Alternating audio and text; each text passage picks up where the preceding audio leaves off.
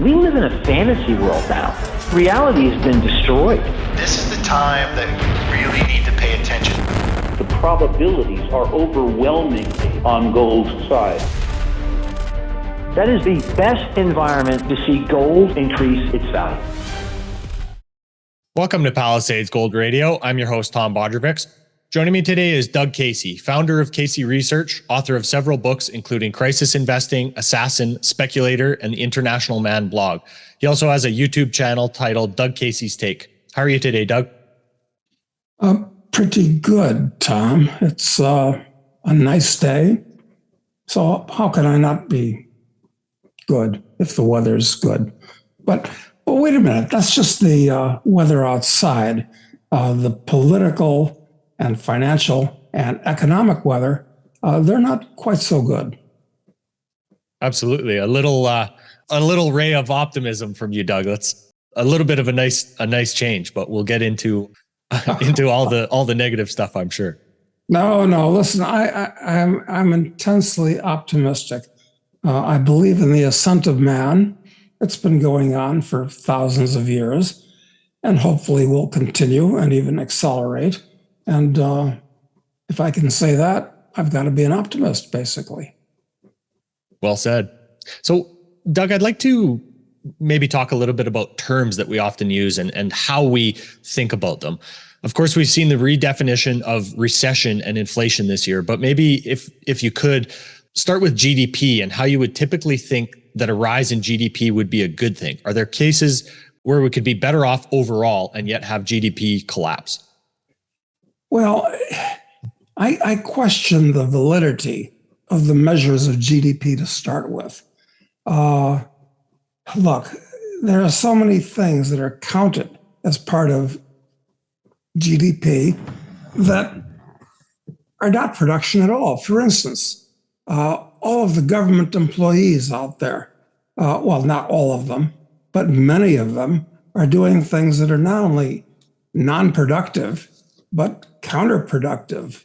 I mean, all these little weevils sitting in their cubicles, filling out forms and telling people what to do and making actual production harder, but they're counted as part of the GDP. Their salaries count.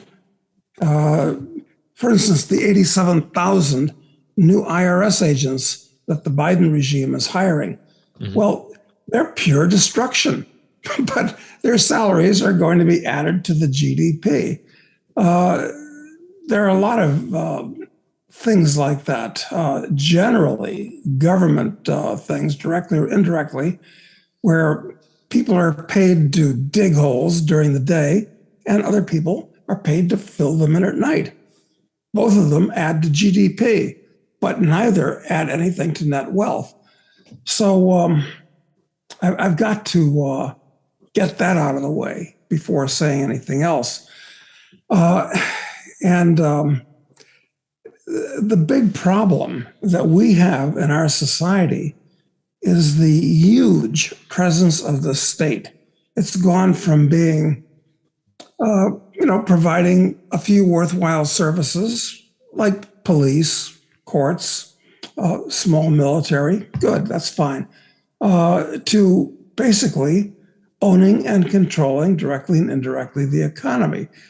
That's created tremendous distortions and misallocations of capital in the society. And when those things get unwound and we return to a sustainable economy, I hate to use that word, sustainable, it's become corrupt like so many other things today and overused. There's a lot of people that are doing things today that will no longer be required. A lot of people are going to have to change their occupations, lose their jobs. So I don't know if that's a direct enough answer to your question, but I thought it was important to say. Absolutely. Maybe instead of sustainable economy, maybe we should say it as more of a market-driven economy. You know, I was chatting with a friend earlier this week about, let's say, the PayPal situation, where they reacted to quote unquote misinformation by saying that you were going to they could penalize you up to $2,500 or something like that. And all of a sudden the market actually reacted and kind of called them out on it. And everybody started deleting their accounts. And, very quickly they went back on that. And I actually got an email this week saying that they would give you $50 or something to refer some type of new account. So do you think that we're starting to see some of the inklings of the free market re-exerting its will here? Yeah, I guess we are. Yeah, I guess we are. But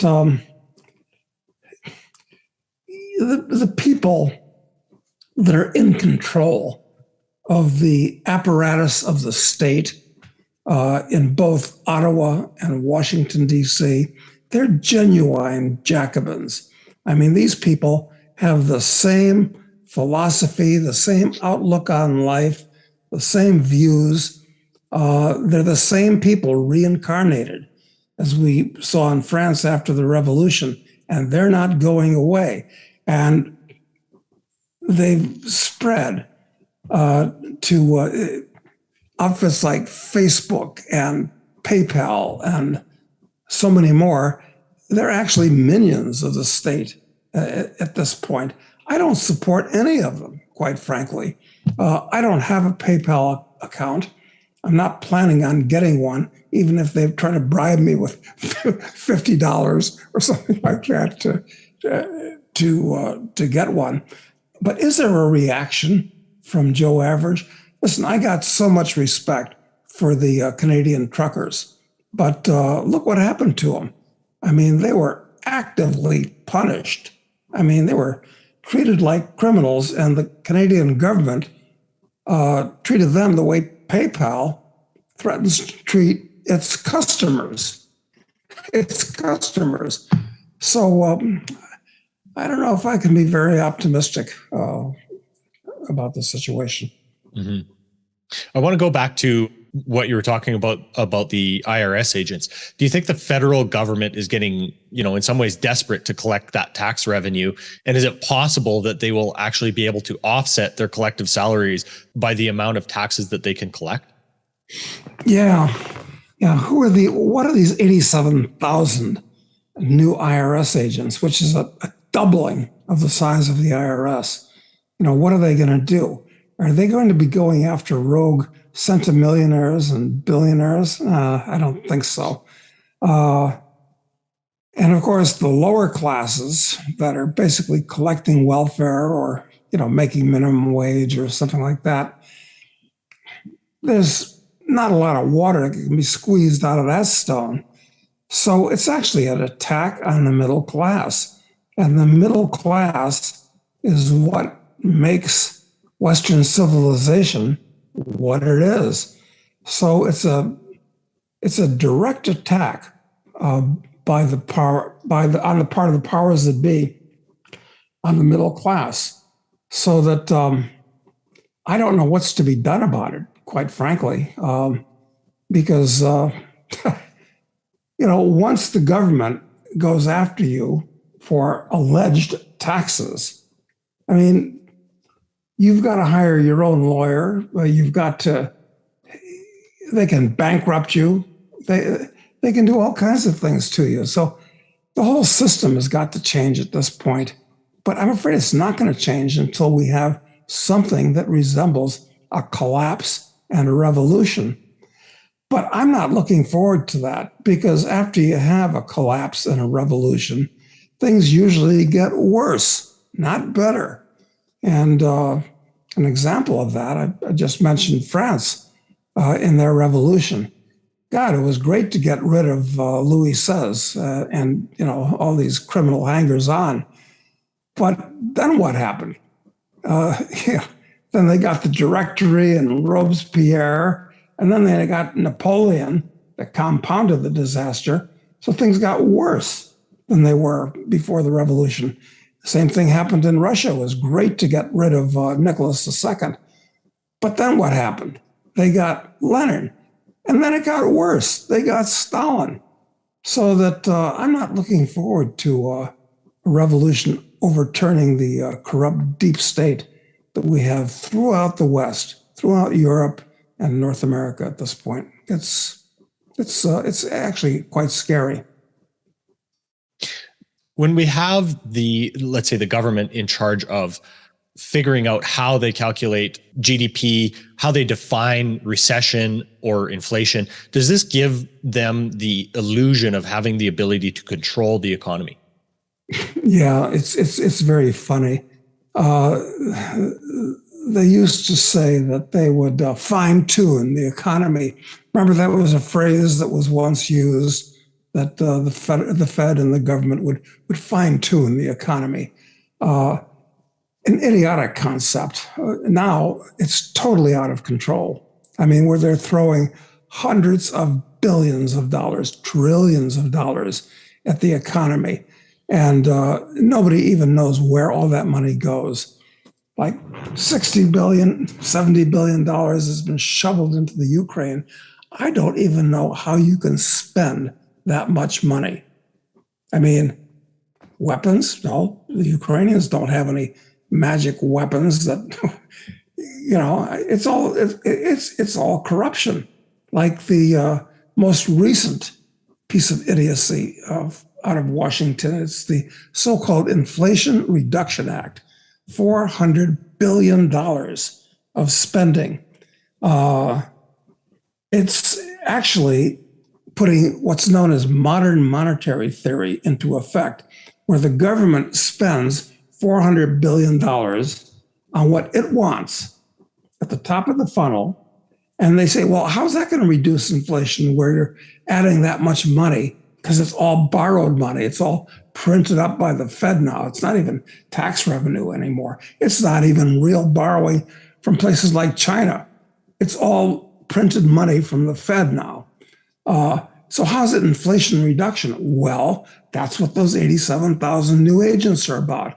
They're going to take that money out of the society that's put in by the government, take it out of the productive area of society through the IRS.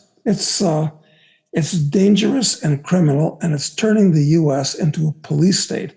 And I'm afraid that Canada is further down the path than the U.S. is at this point. It's actually very scary, especially when we stand at the edge of a financial precipice, because all the markets are still grossly overpriced. And when the markets fall, when the financial system goes under, the economic system is going to have real problems. And then the political system is going to have problems because, the average person has come to look at the government as a cornucopia, and he's going to look for a strong man, say, do something, to a Mussolini or a Hitler to come along and say, I can solve these problems, just give me a little bit of power. And then we're in for real trouble. So where am I wrong? I mean, what am I missing here? Well, considering your broad grasp on history, Doug, I think you're probably more informed than the average person, for sure. Yeah, well, it's I'm a believer in black humor, gallows humor, if you will. So it's seeing the ridiculously of what's going on helps me to have a happy day. I feel a little bit like at the end of Monty Python's Life of Brian, always looking at the bright side of life. Remember that song at the very end of the movie? So, yeah, I guess so. Mm-hmm. Well, of course, as part of the Inflation Reduction Act, a large part of that is going to be spent on green energy. So how much do you think this move towards, let's say, a less efficient energy source contributes or exacerbates the financial problems that we're facing? Oh, hugely.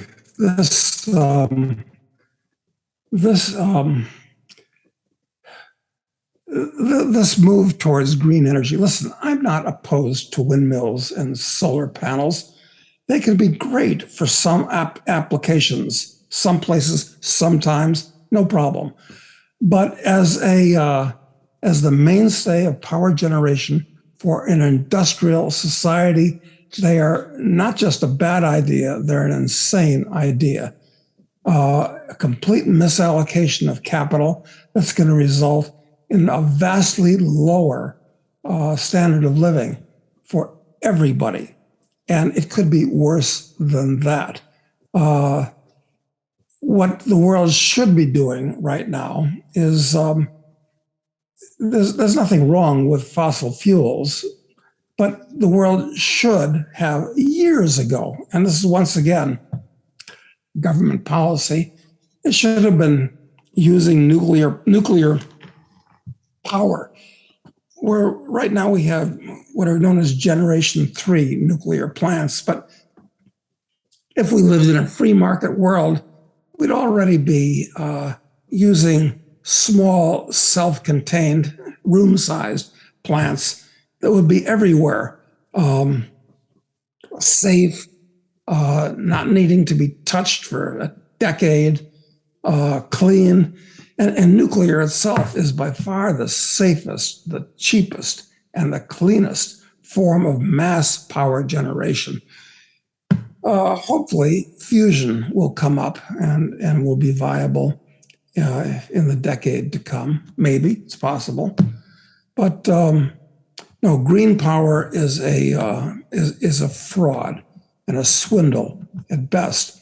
And the fact that they're going to piss away a lot of that $400 billion on it, on things like carbon neutral stuff, there's a lot of companies out there that are now selling carbon credits, which is completely insane, complete waste, misallocation at best of capital.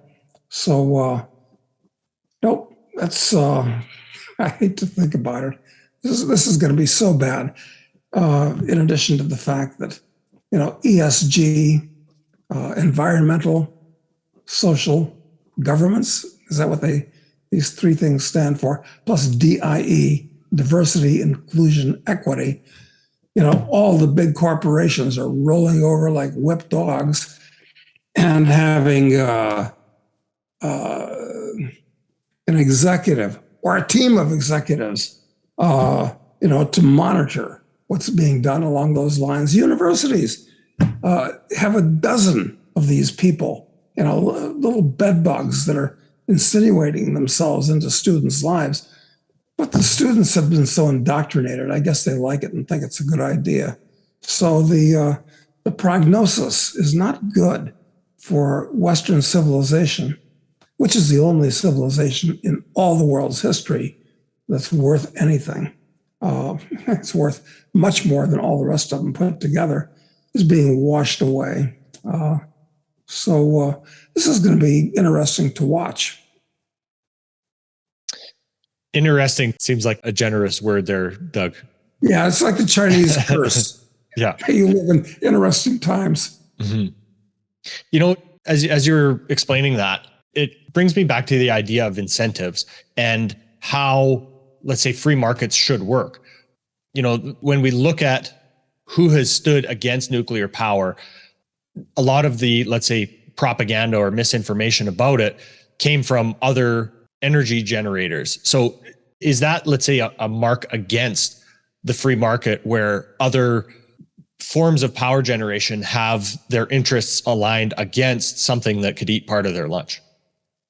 Well, look, everybody in competition likes to point out the potential downsides of somebody that might eat their lunch. And, the nuclear power guys would point out the disadvantages of fossil fuels, which are real. And, the thing is for the average person to use his brain and try to think logically and critically and rationally about all of these things.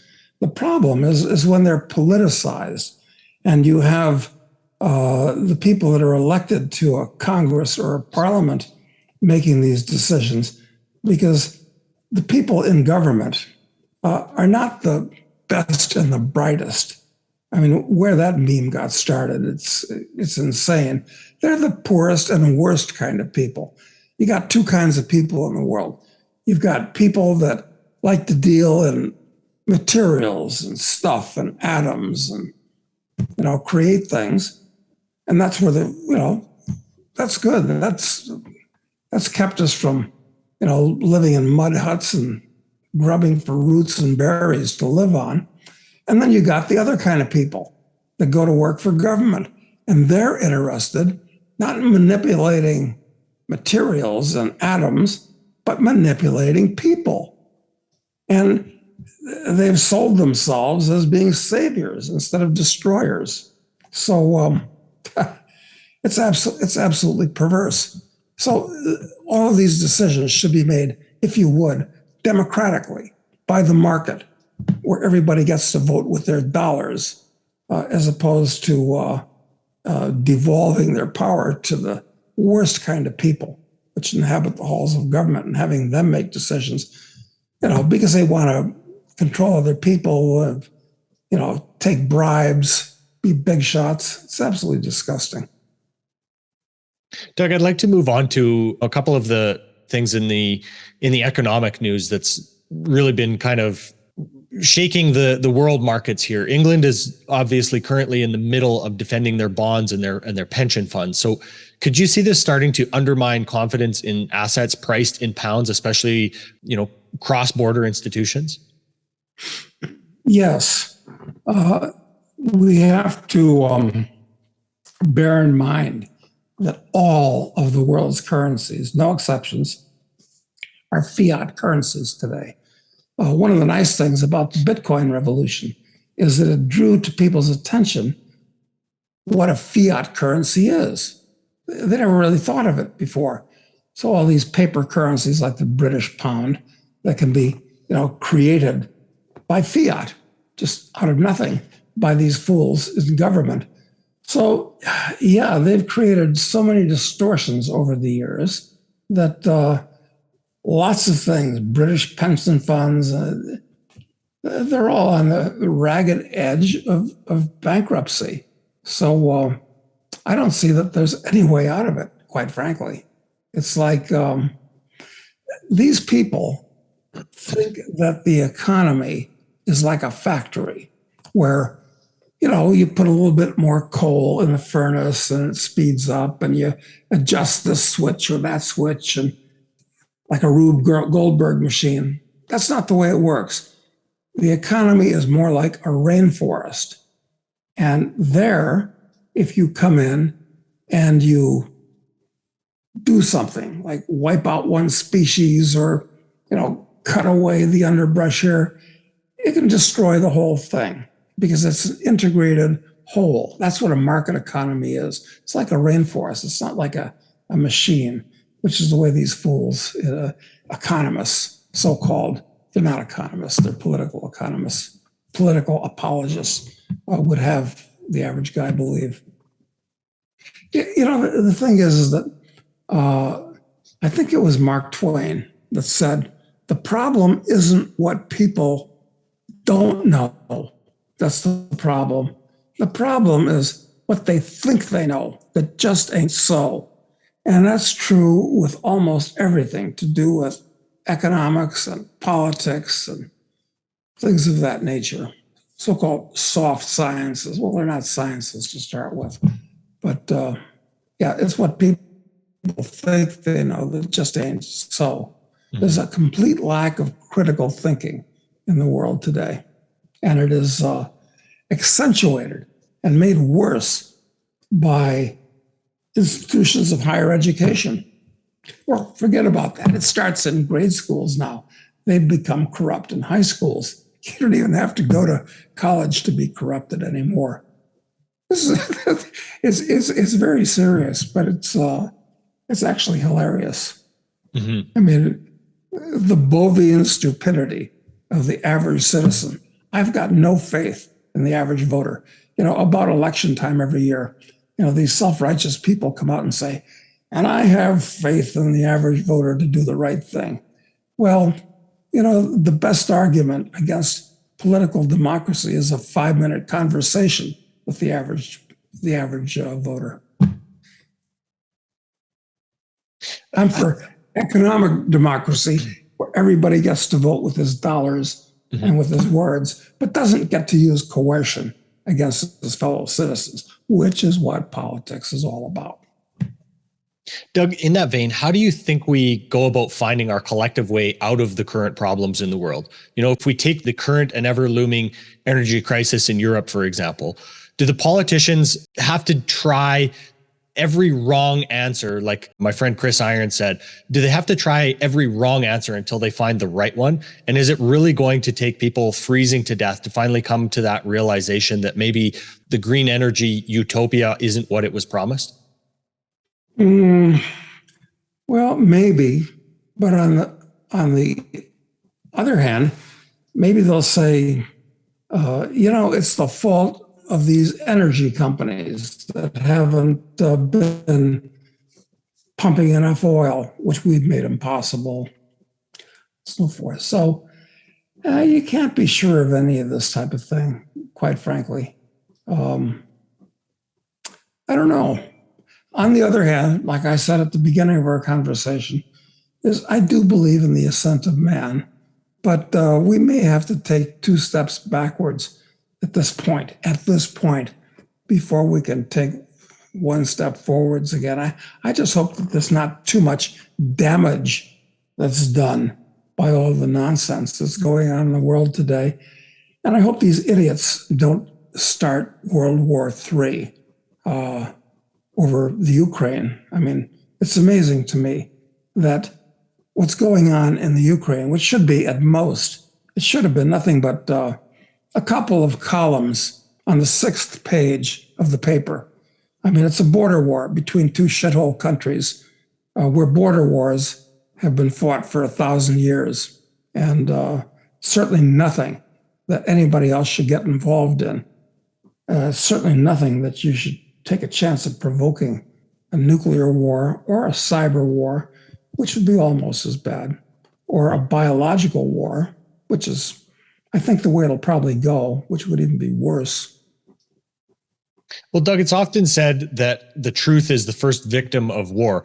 So how do you try to understand, let's say, a more objective view of what's going on in the world? Do you have any preferred sources or techniques of sorting the propaganda from reality? Well, I wish I could recommend a particular book that would, one book that would, kind of lay it all out. But I could recommend a dozen books that I think if everybody read them, they'd say, that's kind of interesting. But we don't have time to talk about a dozen books right now. The best I can do, Tom, is suggest that people, if you don't mind by putting a commercial in here, tune into my podcast on YouTube. It's still on YouTube. Amazing, frankly. It's called Doug Casey's Take. I do generally 2 of those a week.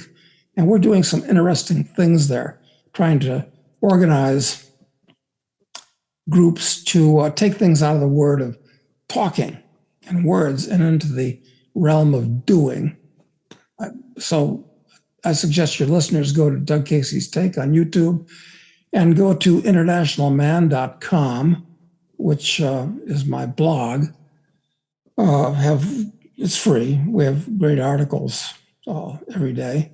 And the last thing, I urge people to read my novels, Speculator, Drug Lord, and Assassin, so they don't get too far behind, because Terrorist is the next one coming out in the Adventures of Charles Knight. Doug, can you give us maybe some examples of taking things out of the realm of talking and moving them into doing? Well, we're organizing something like that right now. They're called files. Phyles from Neil Stephenson's great sci-fi book, Diamond Age, where he coined that term. And I think that a lot of your listeners will have found that they don't have anybody they can talk to that they feel the same way about the way the world is working. And what we're trying to do is put together some groups of people that are truly like-minded and see what we can do to make things better from every point of view. Still crystallizing things, formulating them, but tune in, see if you like it.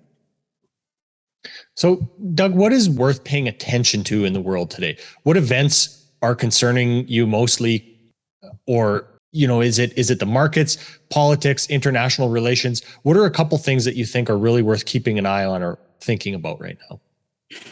Well, charity begins at home, so that I think everybody has got to make sure that their own personal financial affairs, that's important, financial affairs, are in order so that they're not a liability to their friends and family, but can be an asset to their friends and family. Number one. Number two, maybe your current friends and family aren't so great. Maybe you ought to reach out and find people that you share values with. And of course, at least in the United States, the red people and the blue people have come to hate each other, where they can't even have a Thanksgiving or Christmas dinner together anymore because politics has intervened so much. And I think this is relatively new.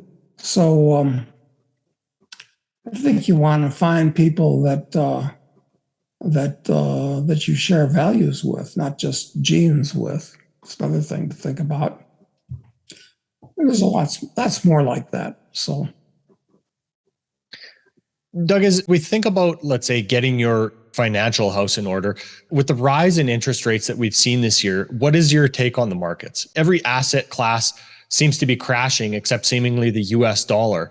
But is that something that people aren't necessarily as worried about as maybe they should be, because they have been accustomed to the Fed stepping in before the pain really gets too bad and trying to save everything? Yeah, the reason the dollar is doing well, and it's not doing well, it's losing value against real goods at about 15% per year. It's just doing well at the moment against even crappier currencies. So what should people do? If you have a bond, I would suggest selling it yesterday morning. Certainly today, no later than tomorrow morning. Bonds are way overpriced still. They're in a hyper bubble. Stocks, way overpriced. It's been a 40-year bull market, which has been wonderful. But the average stock is still very expensive by just about every parameter out there. And this bear market's going to go quite a ways yet. Real estate in a lot of cities in North America has been in a bubble, and it floats on a sea of debt, and interest rates are going way up, whether the Fed likes it or promotes it or not. So be cautious with your real estate. And gold is reasonably valued. I mean, it's gone from $35 to $1,700 in 50 years. So, okay, it's done great. I think it's going to go higher, though, because it's the only financial asset that's not simultaneously somebody else's liability. So I think it'll become very overpriced in the future. So I like gold. I like crappy little mining stocks. Mining is a terrible business. I've been involved in it for most of my life. It's treated me very well. It's a speculative area, not an investment area, but you're forced to be a speculator today. And right now, as we speak, I think that gold stocks and oil stocks. I'll put oil in the same class for different reasons, and natural gas stocks, and certain others, uranium. They're all really, really cheap right now. So I think it's possible to turn $1 into a lot more than $2 in the next few years. Let's see. I think so, though. So that's the way I'd play it, broad brush. Excellent, Doug. I think that's a reasonable place to kind of wrap up our conversation today. Is there anything else you want to leave our listeners with? No, I think I've pretty much covered the waterfront. I hope a few folks out there buy those novels I recommended and tune into my podcast and such. But no, great. It's fun talking to you, Tom. I appreciate your time very much, Doug. Of course, like you said, internationalman.com, at The Real Doug Casey on Twitter, and your YouTube channel, Doug Casey's Take. Thanks so much for your time today, Doug. Have a good one, Tom. This podcast is for general informational purposes only. Nothing on this podcast should be taken as investment advice. Guests on this show are not compensated for their appearance. Listeners are urged to educate themselves and make their own decisions. Do not base any investment decisions on the information contained. To view our full disclaimer, please visit our website.